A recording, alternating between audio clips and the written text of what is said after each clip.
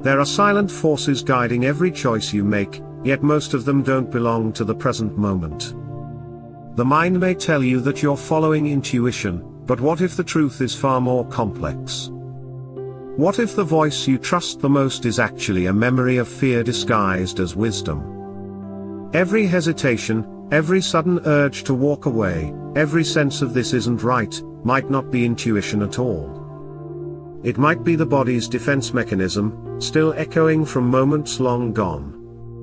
Invisible alarms from old pain replay themselves, shaping your path as if the past were happening again. You believe you're choosing freely. But beneath the surface, something ancient and unhealed is still making the decisions for you. This is how trauma hides, not in memory, but in sensation. Tightness in the chest that feels like warning. The twist in your gut that whispers don't go. These feelings seem protective, even sacred. Yet they're often the echoes of survival responses, signals from a nervous system that once learned how to stay alive, and never learned how to stop defending itself. Most people spend their entire lives obeying these signals, mistaking fear for intuition.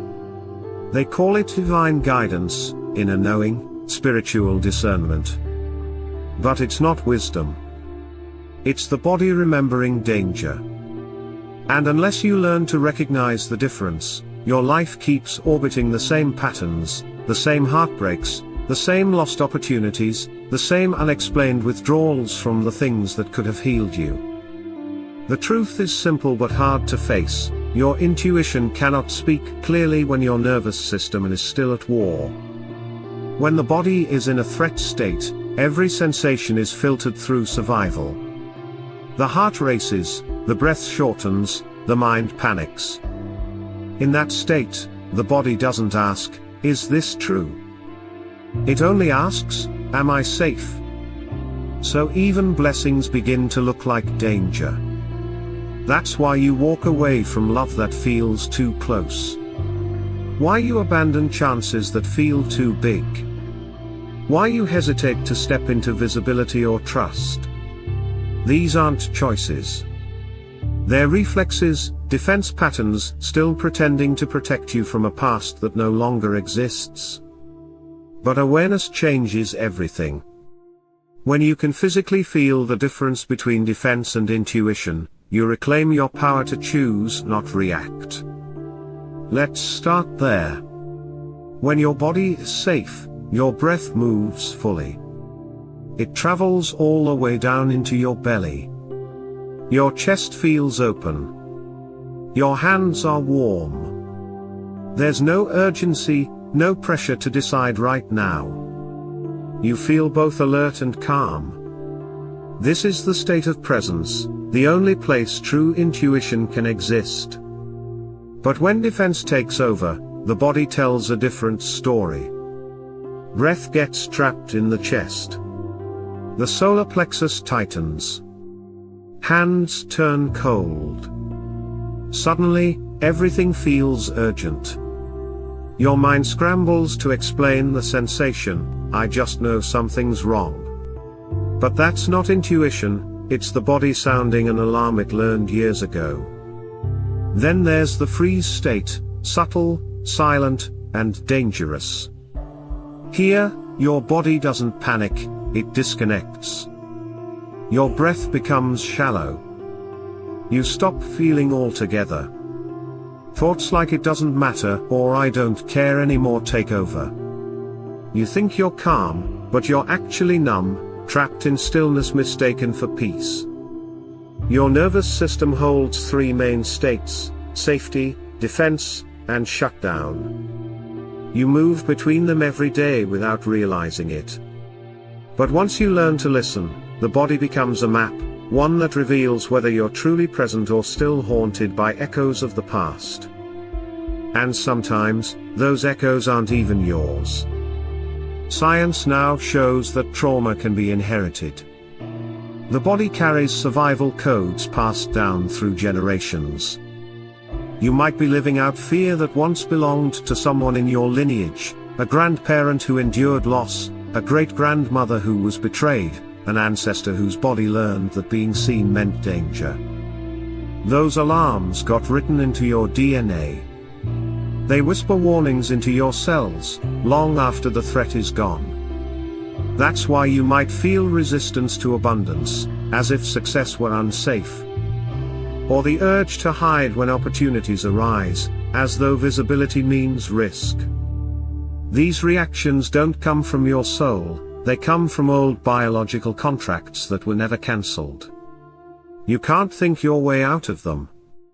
You have to feel your way through. There's a simple way to begin. Place one hand over your solar plexus, the center of your discernment, and another on your diaphragm, where your breath lives. Take a deep breath. Hold for a moment. Ask silently, is this my present or my past? Then pay attention, not to words, but to sensation. Does your breath flow freely or does it get trapped? Do your hands feel warm or cold? Does your core soften or tighten? These sensations are your body's truth. When the body expands, you're in presence. When it contracts, you're in defense.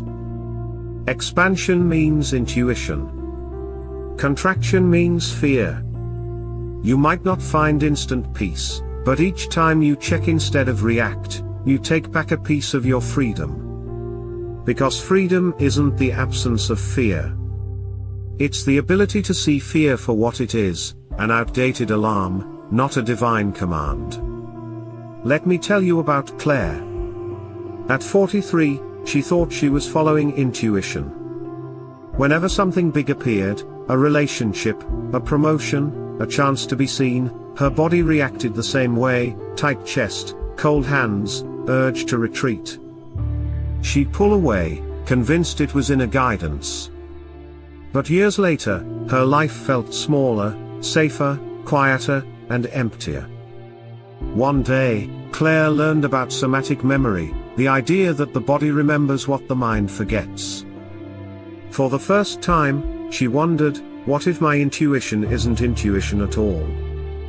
When a new opportunity came, the familiar contraction returned. But instead of running, she stopped. One hand on her solar plexus, the other on her diaphragm, she took a slow breath and asked, is this my present or my past? Her breath froze. Her hands turned cold. And then she realized, this fear wasn't hers. It was an old echo from her lineage, a defense passed down from someone who learned that being visible was dangerous. So she breathed again. This time, all the way down. Warmth returned to her body. The tightness softened. And for the first time in her life, she felt clarity without urgency. That's when she knew, this was real intuition. Claire accepted the opportunity. And everything changed. Integration isn't about perfection. It's about recognizing when the body is replaying a story that's no longer true. Each time you pause before reacting, you re-educate your nervous system to live in the present moment. You start to feel what peace actually feels like, breath that reaches the belly, warmth in the chest, a steady heart that doesn't rush to escape. And every time an old alarm rings, you'll know how to respond, hand to the center, breath slow and deep, awareness anchored in now. This is how the body reclaims its dignity, by no longer mistaking trauma for intuition. Because true intuition doesn't rush you. It doesn't tighten your chest or freeze your breath. It comes with expansion, even in uncertainty. It arrives quietly, peacefully, confidently, a knowing that doesn't need to shout. The greatest transformation you can experience isn't mental. It's physical. It's when your body finally stops reacting to what no longer exists. You've spent years obeying alarms that weren't yours, mistaking defense for divine wisdom. But now you know the difference, and that difference changes everything. For the first time, you can choose from presence, not protection. You can open your heart without fear. You can trust your breath to guide you home. Because when the body feels safe, the soul speaks clearly. And what it says is simple: you're free now.